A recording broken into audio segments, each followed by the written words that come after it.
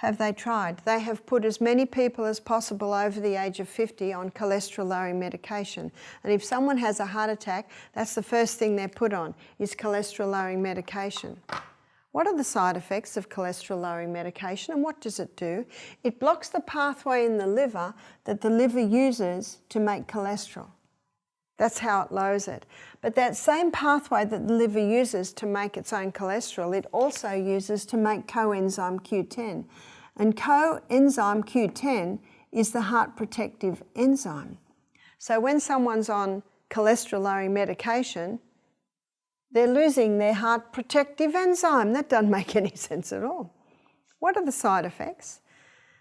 Muscle wasting, dementia, Alzheimer's, memory loss. They've just added another one, breast cancer, because our sex hormones are made from cholesterol.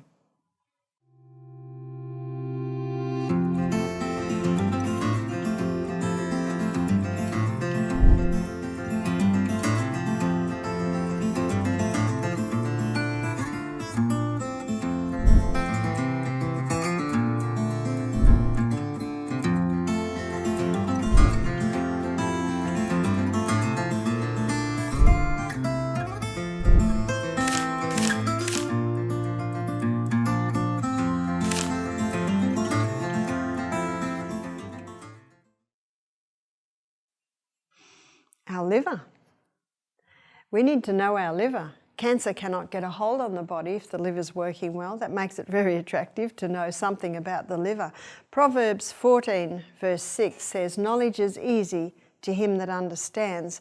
Today I want to give you an understanding of your liver, because when you have an understanding of your liver, you know what to do to your liver, you know how to treat it. You automatically have the knowledge of how to look after your liver.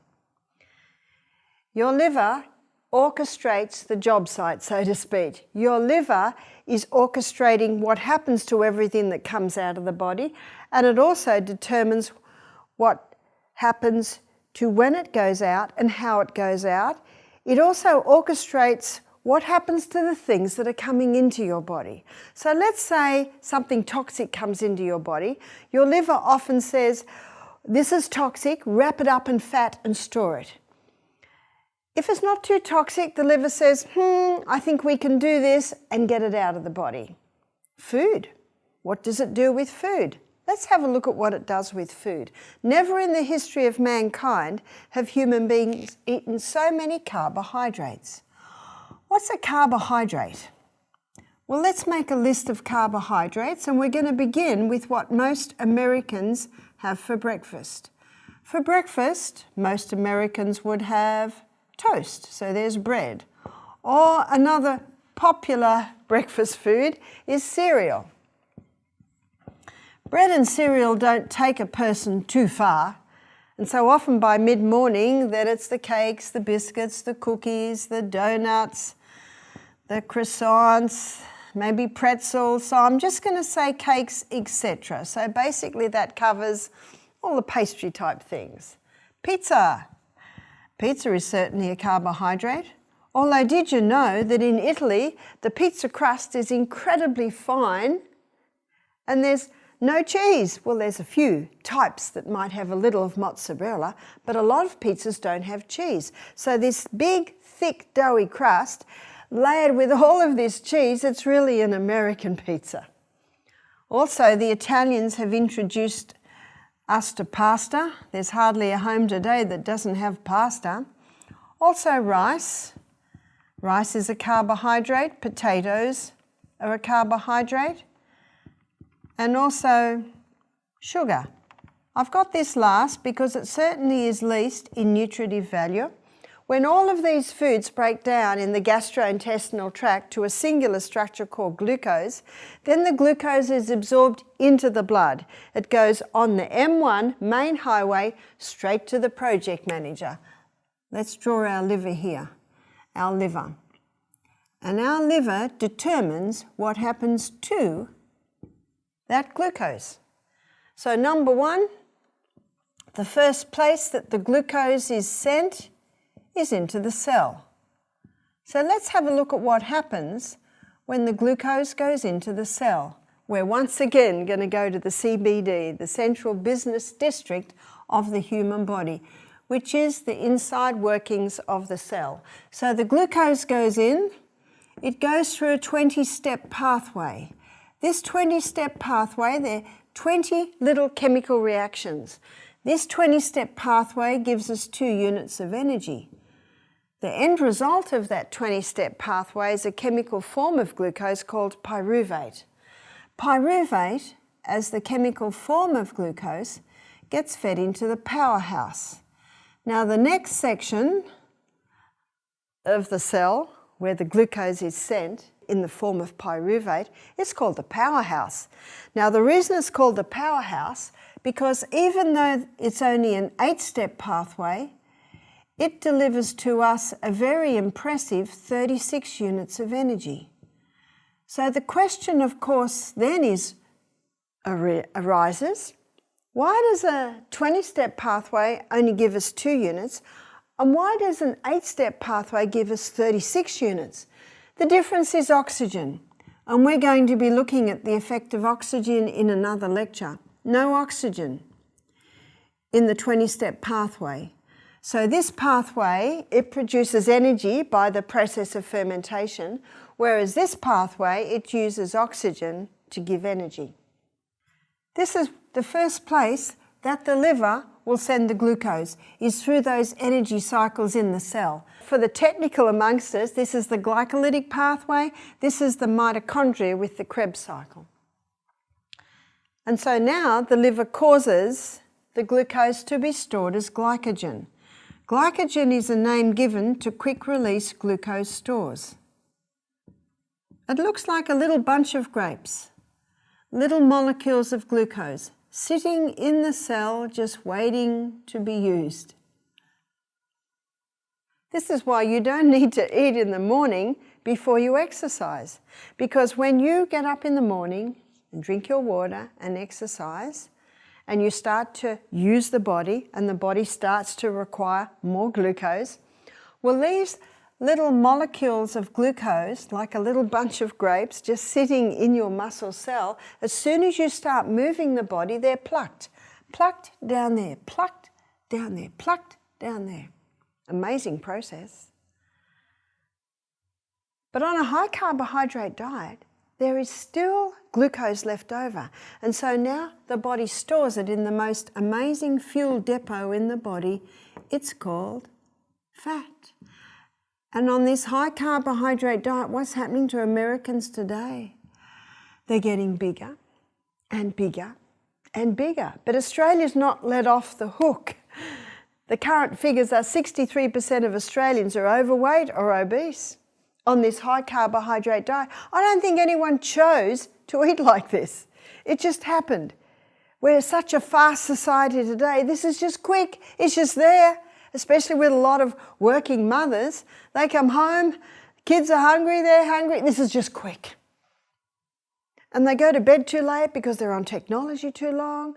They wake up, oh no, quick, we've got to get out of the door in half an hour. What's quick? Cereal, toast. It's just quick. There's even a product called Get Up and Go, which I think has got cereal and milk together. Open it, drink it on the way out. But it's had its effect. And we've got a nation now carrying too much weight, far too much weight. What I've given you here is the basic science. The basic science is that fat doesn't make you fat. No, it's the high carbohydrate diet giving us too much glucose. That's what's made us fat. And Gary Taubes, in his book from about the 90s, he gives a very good illustration. He looks way back in the 1800s. There was a man, and he was named William Banting. And he was putting on weight, and he went to a very famous doctor. His name's Claude Bernard, Dr. Claude Bernard. He was a contemporary at the time of Pasteur and Beauchamp, and he believed, as Beauchamp, that germs don't cause disease, they're the result of unhealthful conditions. So William Banting went to Claude Bernard. He said, I want to lose weight. Claude Bernard knew his science. So Claude Bernard put him on a diet that stopped all carbohydrates. So what did he eat? A lot of vegetables. There's his fibre. He had a lot of meat, butter, cream, cheese, eggs. There was his protein. And in the meat, butter, cream, cheese, eggs, there's his fat. What does this diet sound like? Does this sound like the Atkins? Does this sound like the paleo? Yes, it does. Did you know that Claude Bernard was suggesting this back in the mid-1800s? So William Banting thought this sounds a bit extreme, but he went on it. The weight just fell off him. Why? Why did the weight just fall off him? Because he wasn't supplying the body with the quick glucose foods. His liver started to break down fat cells to give the glucose that he needed. It's called gluconeogenesis, creating glucose from the fat stores. So the weight was falling off him because it was being utilised to give him the glucose he needed because he wasn't on a high glucose diet. There certainly was enough glucose out of these for his body to run. And of course, the vegetables he was eating, there's a little bit of carb in there. Was he hungry? No. There are 3 foods that keep the food in the stomach longer. Fibre, because it binds up the glucose and slowly releases it. Protein, because it's in the stomach that protein is broken down.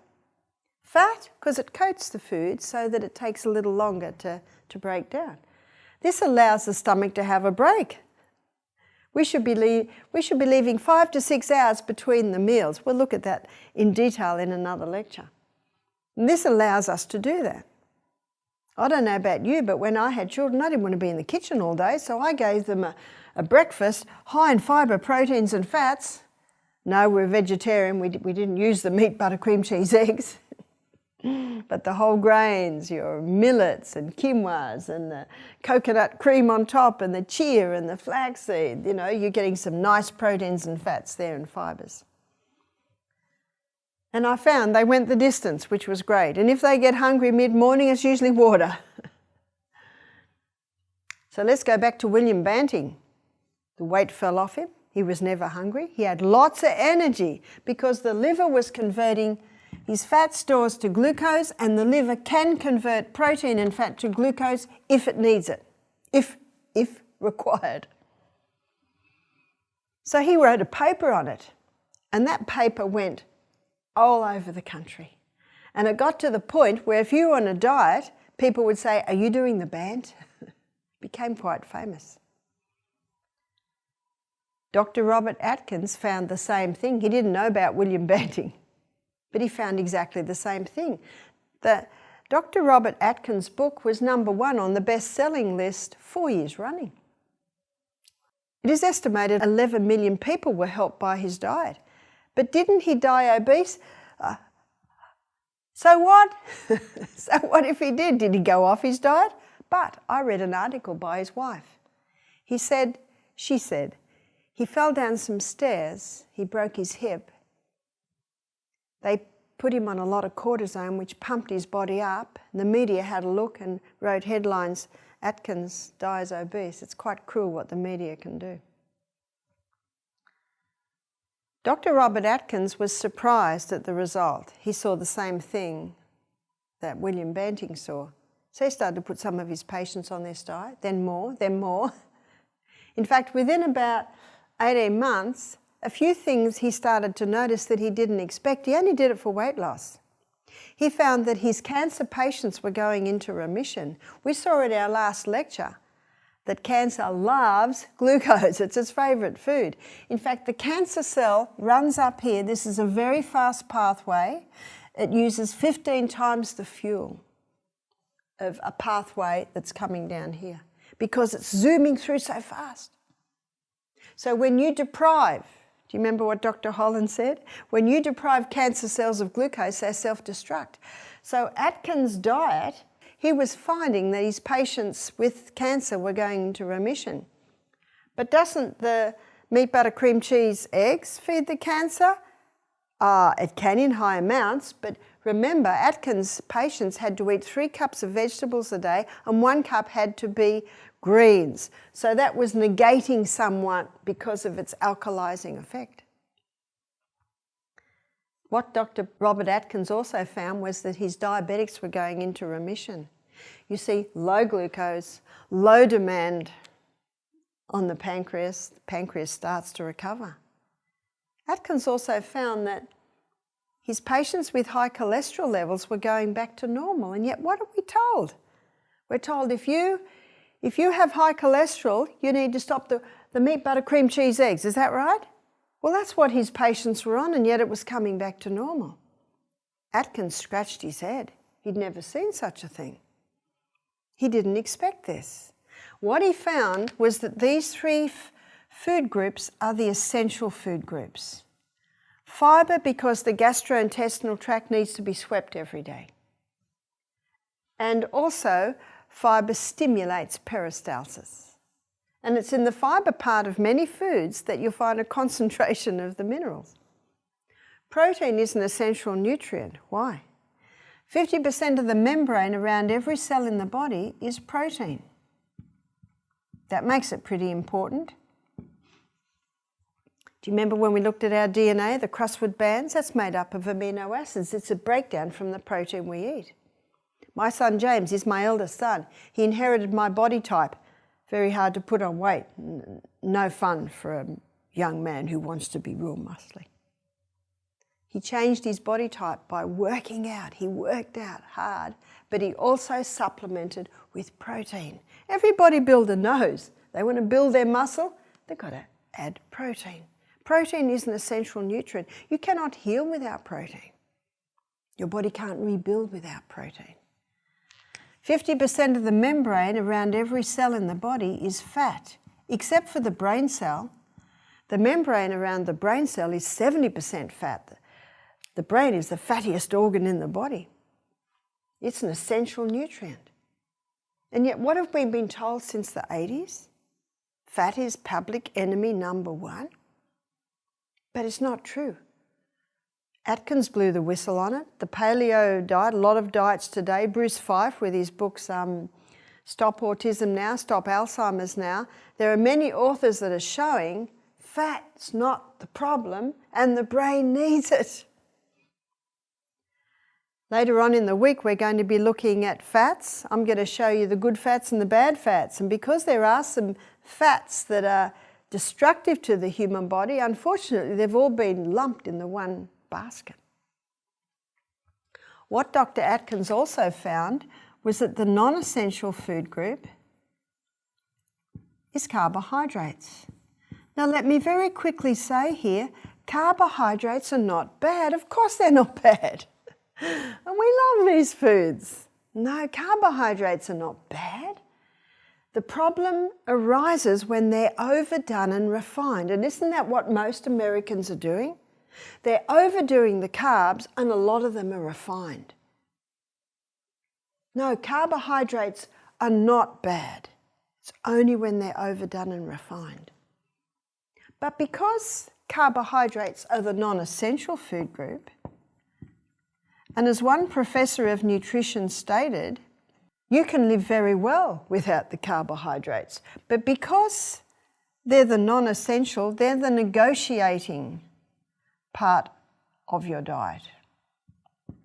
And the negotiations change depending on your size, depending on your weight, depending on your height, depending on your sex, depending on your age, depending on your physical, mental output through the day, but also probably the most is your health status. So if someone wanted to conquer diabetes, what would they drastically drop?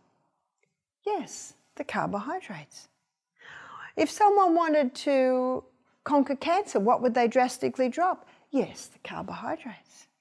If someone wanted to lose weight in a hurry, what would they drop? It's the carbohydrates. It's not forever. It's just until you conquer your problem. I eat a very low carbohydrate diet. Why? Because I love what it does for me. My weight stays the same. My energy levels are great. I sleep well. Brain works well.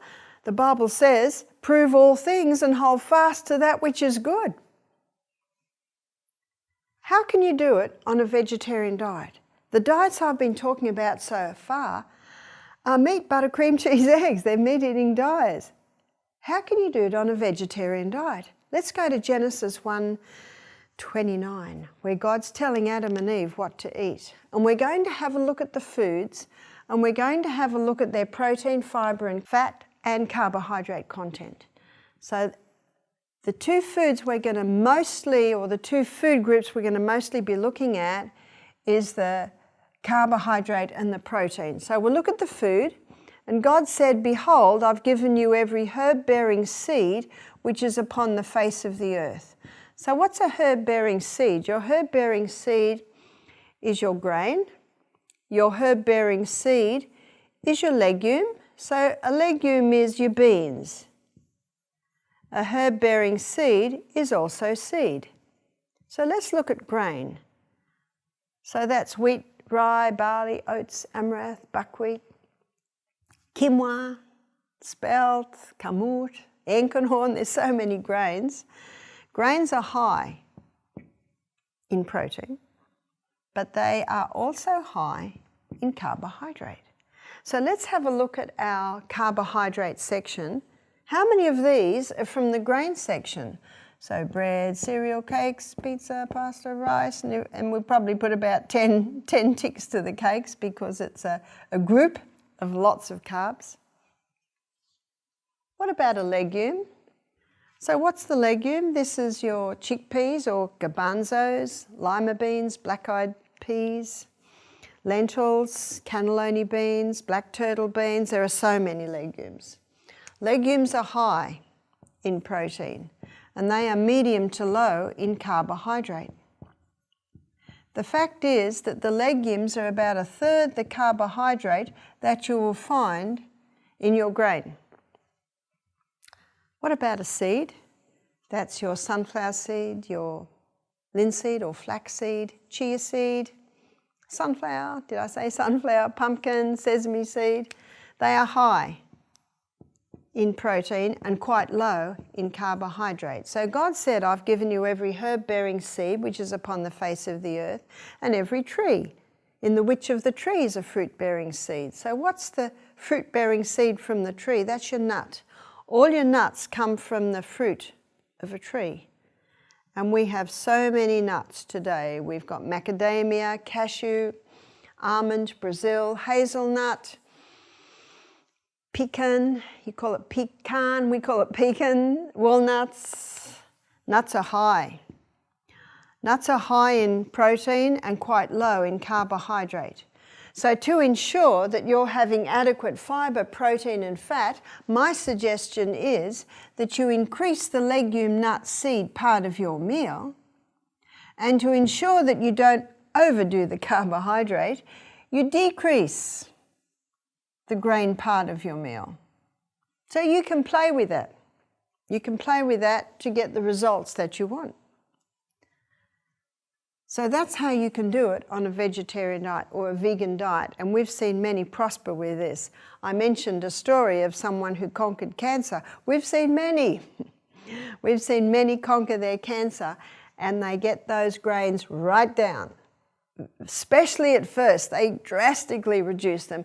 As they start to get results and their body starts to work better, they can have a little bit more grain. It's not that there's no grain, it's not just a large amount of grain. But many people stop eating the fat because of cholesterol. So let's have a look at cholesterol for a minute. The liver makes cholesterol, so this is a good time to look at it. And the liver makes cholesterol this way. 80% is made from glucose and 20% is made from fat. So just from this illustration alone, you can see why Dr. Robert Atkins found his patients on his diet, their cholesterol levels were coming down. You see, it's not the butter on the bread, it's the bread under the butter. That's what he found. Let's have a look at cholesterol. So we've got high density lipoprotein, these are the two main types of cholesterol, and low density lipoprotein. High density lipoprotein, it has a role in the body, and its role is carrier. Its role is to carry excess cholesterol back to the liver. What about LDL? Often called the bad guy, but you know the body doesn't make bad things. So what's LDL's role? It's the repairer and the rebuilder. That's what it does. It repairs and rebuilds, and that's where you'll find it, wherever there is a need to repair and rebuild. But LDL also delivers cholesterol to the brain, because your brain loves cholesterol. Remember, it's the fattiest organ in the body, and it loves cholesterol. It actually doesn't function well on a low-fat diet.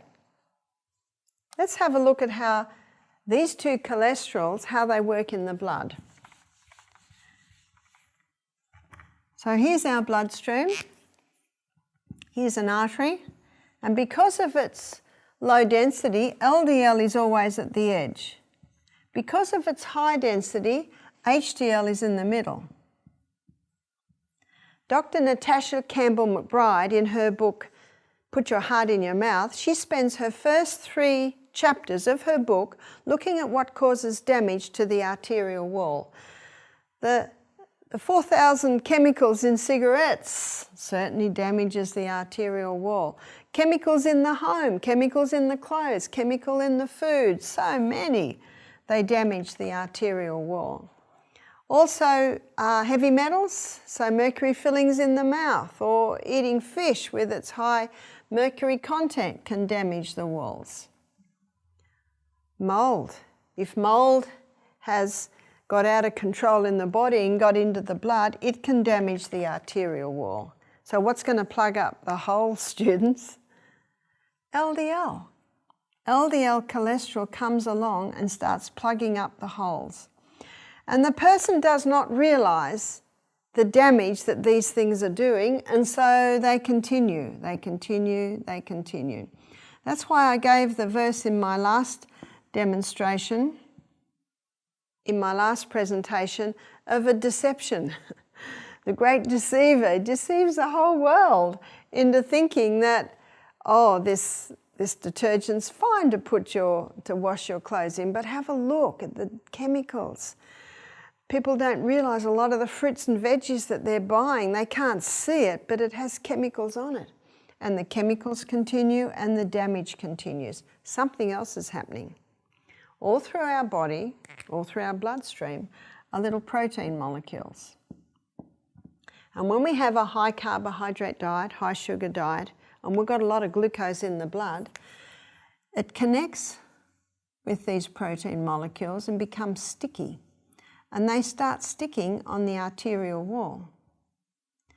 And the number one cause of a heart disease is when these little sticky protein glucose molecules dislodge and get stuck. If it's in the heart, that's a heart attack. If it's in the carotid artery going up to the brain, there's a stroke.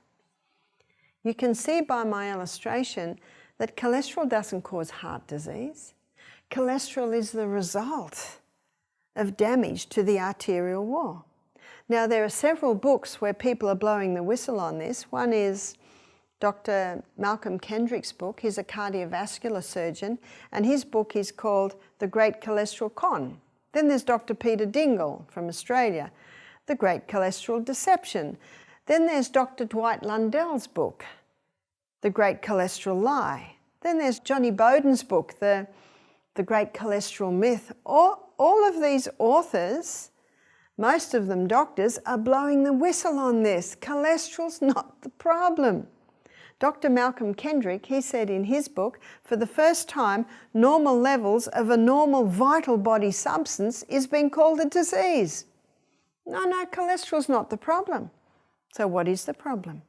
The problem is the environmental poisons that we are exposed to that little by little are damaging the endothelium cells, demanding cholesterol plug up the hole, because if it doesn't plug up the hole, you'll bleed into the tissues and probably die. It's the number one killer in the world today. is heart disease. So are the authorities doing anything to slow it down? Oh yes. So it was in the 80s. Let's have a look at what they're doing. In the 80s, they brought in margarine.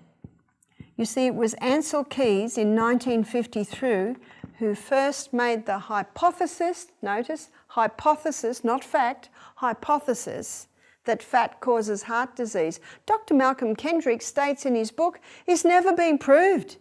He quotes Ancel Keys as saying, we're sure the proof will come. Is that science? It's not science at all. Science uses proof. So Dr. Malcolm Kendrick, he is scathing on this theory. He says it's never been proved. It's not fat that causes heart disease. It's damage to the arterial walls, demanding the LDL plug up the holes. It's as simple as that. To blame cholesterol for heart disease is like blaming the fire trucks for the fire. Well, they must have caused the fire. They're always there. It's like blaming the ambulance for the accidents. Well, they must have caused the accidents. They're the one common denominator. Can you see that reasoning? Has margarine helped? Has stopping the butter and introducing margarine, has that slowed down heart disease? Not at all. But what it has brought up to level is cancer.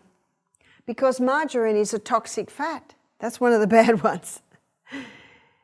In fact, one writer claimed it's one molecular structure short of plastic, and if you know your chemistry, you can see that. It's damaging to the body.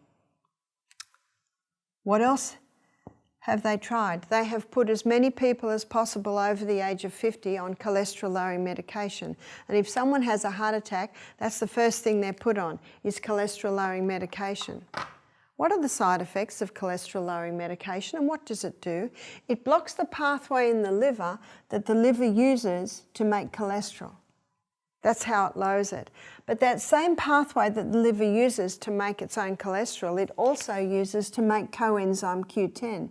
And coenzyme Q10 is the heart protective enzyme. So when someone's on cholesterol-lowering medication, they're losing their heart protective enzyme. That doesn't make any sense at all. What are the side effects? Muscle wasting, dementia, Alzheimer's, memory loss. They've just added another one, breast cancer, because our sex hormones are made from cholesterol. We have a book at home he's a doctor and he's also an astronaut. His name's Dwayne. The book's called Lipitor, Thief of Memory, and he tells the story about how he went for his yearly physical and the doctor said, oh, your cholesterol levels are a little high. We'll look at what they may be in a minute. He said, I want you to go on cholesterol-lowering medication. I want you to go on the Lipitor. So he did. 6 weeks later, his wife found him out in the garden. He didn't know who she was. He didn't know who he was. He didn't know where he was. And he's in the family home. He stopped the Lipitor, and within a couple of weeks, he was clear again. In fact, within the week, his mind was clear again. A year later, he went back to the doctor for his yearly checkup. Doctor said, oh, cholesterol levels are still a bit high. I feel more comfortable if you go on this cholesterol-lowering medication. And he said, I'm not going on that. I went crazy on that. Doc said, that's very rare. Notice that word rare. He said, go on half dose. He said, okay, I'll go on half dose because no one wants to have a heart attack. 6 weeks later, his wife found him in the garden again. Didn't know who she was, didn't know who he was. So he stopped the medication immediately. He decided to put his story up on social media.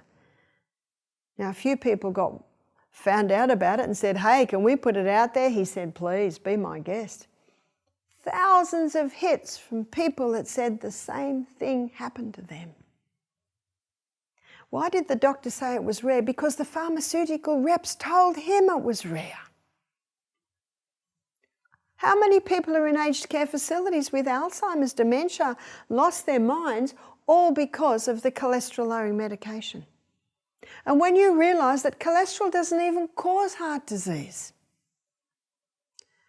it sounds a bit sinister. It reminds me of that verse that that great dragon was cast out, that old serpent called the devil and Satan, who has deceived the whole world. We need to investigate for ourselves and find out if these things are so. So the medication, the statin drugs, all the statin drugs are designed to lower cholesterol levels. There is a side effect if you are on statin drugs, if you are on cholesterol-lowering medication, and the side effect is when you stop the medication, your memory will return. That's about the only side effect I can think of. I've seen many people choose to stop it. I have no authority over anyone's medication. But what I do is I give them information and they can check it out for themselves. Well, what else has happened? They have lowered the levels. What do I mean by that? Did you know that 40 years ago, it was quite normal to have a cholesterol level of 300 or under? I met a nutritionist. She said, I have the advantage. She's 69. I met her a few years ago. She said, I have the advantage of being schooled in university 40 years ago. She said 300 was perfectly fine, 300 and under. They've changed the levels. What is it today? I think it's 190 today. So if someone says to me, Barbara, my cholesterol levels are dangerously high, I'm 200, I said, that's perfectly normal. We had a pharmacist do our program and she said, this annoys me. She said, because it's just a money-making scheme. Because if someone's put on cholesterol-lowering medication, they're on it for life, they're told. Where if someone has an antibiotic, she said it's a week's course and they're gone. She said, I'm not against drugs, I'm a pharmacist. She said, it's my job, but she said, this one annoys me. So introducing the margarine, lowering the levels, so many on the statin drugs, has that reduced heart disease? No. No. And what's the definition of insanity? To do what you've always done and expect different results. It makes no sense at all. So what's happening when a person goes on a detox? What happens? I already mentioned to you that the fat cells get broken down to give the glucose they need because they're not taking enough glucose to run on. But as they go through the detox, they notice that their breath isn't very nice. They notice that their body odour's not very nice. They also notice that what they're leaving in the toilet has a bad smell, because all through our life, fat-soluble toxins build up. And when they go to the liver says, this is nasty, wrap him up in fat and store him. And then the person goes to a health retreat. And we're not giving enough glucose to run on. And so the fat stores get broken down. That's why a detox is often called a cleanse, because you're cleansing out those fat stores. Your liver has the ability to break up this fat-soluble toxin into a water-soluble state. And it's going to do it in 3 phases. So phase 1 happens when a person begins the detox or stops solid food. So the first stage of the liver detox, the liver takes the fat-soluble toxin and breaks it down to a metabolite. This metabolite is highly volatile. This metabolite creates a lot of free radicals. And free radicals damage tissues. This metabolite is often 100 times more toxic than it originally was. And you might say, well, what's the liver doing? It's just created something far worse than it originally was. It's a process. It's like when you clean out the kitchen cupboards, your kitchen's 100 times messier than when you started. Within 36 hours, the body begins phase 2. And in phase 2, the liver takes this highly toxic metabolite and it joins it together with amino acids. The union of this highly toxic metabolite with amino acids creates the water-soluble state. And it's the water-soluble state that can be easily urinated out, easily sweated out, easily taken out of the body. So the water-soluble state. It's called conjugate. That's the medical term. When the liver takes this toxic metabolite and it joins it together with amino acids.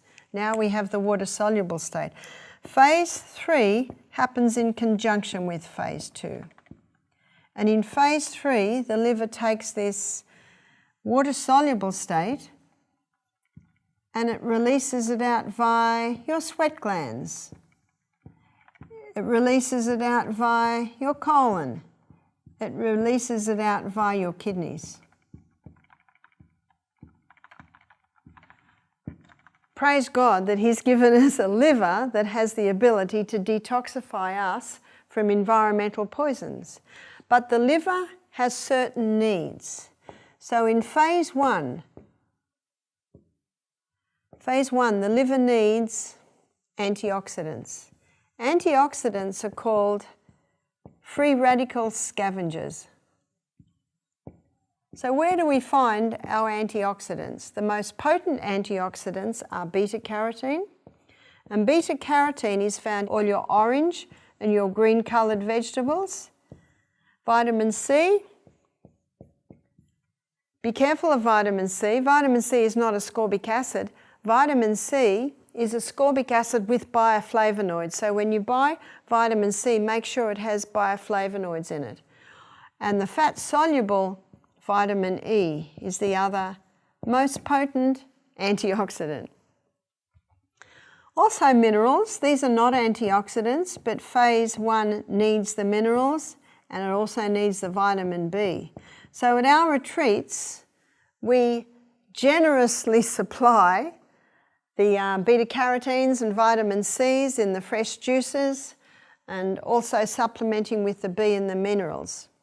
Within 36 hours, phase 2 kicks in. Remember, phase 2 takes the toxic metabolite and joins it together with amino acids. So phase 2 needs protein. So what we do is we supply a protein drink. So Monday, 5 juices. We do 3 green barleys with 3 of the juices. The other 2 juices we do a protein supplement. But as our guests go into Tuesday, they've started to fast on the Monday. Going into Tuesday, they are going into phase 2 of the liver detox. And when they go into phase 2 of the liver detox, now they require more protein. So on phase 2 of the liver detox, on Tuesday, we give our guests a protein drink at 8 and at 12 and at 4. So that's 3 protein drinks that day to supply the amino acids to mop up those toxic metabolites to produce the water-soluble state. An important part of the detox is the steam sauna at the end of the day to stimulate that skin to throw off a lot of waste. So I always say to our guests, your most important steam bath is on Tuesday, because on Tuesday you'll be throwing off more water-soluble toxins than any other time of the week. On the other days, when our guests begin eating, we give them breakfast like a king, lunch like a queen, and tea like a pauper. In other words, they really don't have, well, you call it supper. They don't really have much at night. They usually have a thin soup. So they're having a main meal at 7:30, another main meal at 1:30, and then they don't eat again till the next day. So they're doing an 18-hour fast every 24 hours. A lot of our guests take this program home with them because they find it works so well. What does phase 3 need? Phase 3 of the liver detox needs some nice healthy fats to keep those cells supple so you can get that play of nutrients in and out of the cell with the 3 phase of the liver detox. The 3 phase of the liver detox has only been known since about early 2000. But as you can see, it's a very important process to understand so that you know how to give your liver the conditions to effectively detoxify each one of us from the environmental poisons that we are inevitably exposed to every day, unfortunately, whether we choose it or not. What sort of fat do we use? We usually put a little coconut milk in with the protein drink. What protein drink do we use? We use a pea protein powder. We put it with either almond or organic soy with a little bit of the coconut. We nutritionally support the liver. We nutritionally support every cell in the body to effectively detoxify. I presented this to a conference once, and the man said to me, when he came up, he said, "This is fascinating," but he said, "This is not for your lay people. This is for your intellects." I said, "Lay people also have livers." It's important that we do know this. Remember Proverbs 14 verse 6? Knowledge is easy to him that understands. When you understand the 3 phases of the liver detox, then you understand why it is far better to do 2 days juicing a week, or 2 days juicing a fortnight, or that's 2 weeks, or 2 days juicing a month, rather than do a 10-day fast. Because if you do too long a fast, too many toxic metabolites are released, and that can cause very uncomfortable reactions in the body. You're far better to eat at your environmental poison buildup like a mouse eats at a piece of cheese, little by little by little. So please look after your liver.